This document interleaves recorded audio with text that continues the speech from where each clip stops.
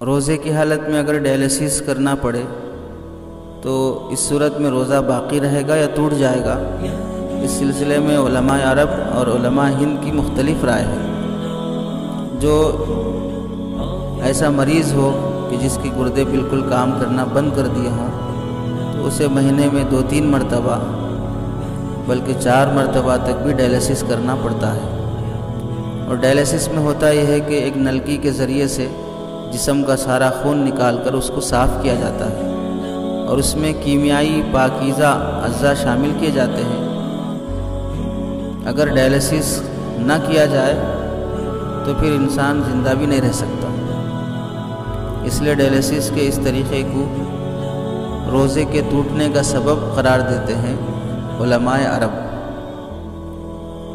اور علماء ہند کی رائے یہ ہے کہ ڈائلیسس یعنی گردے کی دھلائی کے اس عمل سے روزہ نہیں ٹوٹتا، کیونکہ ڈائلیسس کا تعلق صرف خون کی صفائی سے ہے، براہ راست معدے کے اندر تک کوئی چیز نہیں پہنچتی اور کوئی چیز داخل نہیں ہوتی ہے۔ اس لیے کتاب المسائل وغیرہ میں، کتاب النوازل وغیرہ میں یہی لکھا ہے کہ روزے کی حالت میں ڈائلیسس کرانے سے روزہ نہیں ٹوٹے گا۔